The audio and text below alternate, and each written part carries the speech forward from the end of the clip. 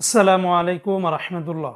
আজকের এই ভিডিওর মাধ্যমে আপনাদেরকে দেখাবো কিভাবে আপনারা ঘরে বসেই ব্র্যাক ব্যাংকের মাধ্যমে আপনার মোবাইলে যত খুশি তত টাকা রিচার্জ করে দিবেন, বা অন্য কারো মোবাইলেও যদি চান সেটাও কিন্তু পারবেন।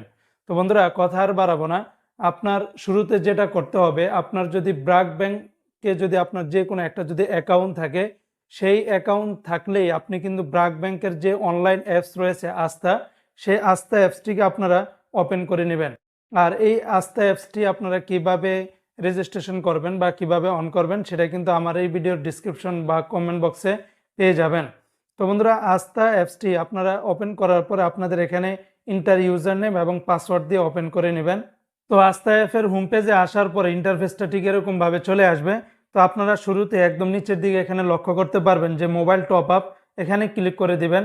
এখানে ক্লিক করার পরে আপনার সব সিমের লোগো আপনারা দেখতে পারবেন। তো আপনার নাম্বারটা যেই কোম্পানির, সেই কোম্পানির এখানে টিকমার করে দিবেন। তো আমারটা যেহেতু এয়ারটেল, অলরেডি টিকমার করা আছে, তারপরে আমি এখান থেকে নেক্সটে ক্লিক করে দিব। তো এখানে আসার পরে আপনাদের যেটাতে ক্লিক করতে হবে যে ওয়ান টাইম পে, এখানেও এই ওয়ান টাইম পেতে মধ্যে আপনারা ক্লিক করে দিবেন। এখানে যদি আপনারা নাম্বার যদি সেভ করে রাখেন সেটাও কিন্তু করতে পারবেন। এখানে আসার পর একদম উপরের দিকে আপনার ব্যাংক অ্যাকাউন্ট নাম্বার কিন্তু চলে আসবে। তারপর এখানে মোবাইল নাম্বারটা দিতে হবে। যেই মোবাইল নাম্বারে আপনি টাকাটা সেন্ড করবেন সেই মোবাইল নাম্বারটা এখানে উঠিয়ে দিবেন। তারপরে এটা পোস্টপেড নাকি ফ্রি পেড, তো সাধারণত আমাদের নাম্বারগুলো কিন্তু ফ্রি পেডেই থাকে। তারপর এখানে আমরা অ্যামাউন্ট দিয়ে দিব। তো আমি এখানে 450 টাকার মতো অ্যামাউন্ট দিয়ে দিচ্ছি। তারপরে আই এগ্রিতে আপনারা এখানে ক্লিক করে দিবেন। তারপর আবার আই এগ্রিতে আপনারা ক্লিক করে দিবেন। তো ক্লিক করার পরে এখানে যখন টিকমার্কটা উঠে যাবে, তারপরে আপনারা নেক্সটেতে ক্লিক করবেন। তো নেক্সটেতে ক্লিক করার পরে ইন্টারফেসটা ঠিক এরকমভাবে চলে আসবে। সব কিছু আপনারা কনফার্ম করে নেবেন, আপনাদের নাম্বার সব কিছু ঠিকঠাক আছে কিনা। তারপরে এখানে কনফার্মের ভিতরে ক্লিক করবেন।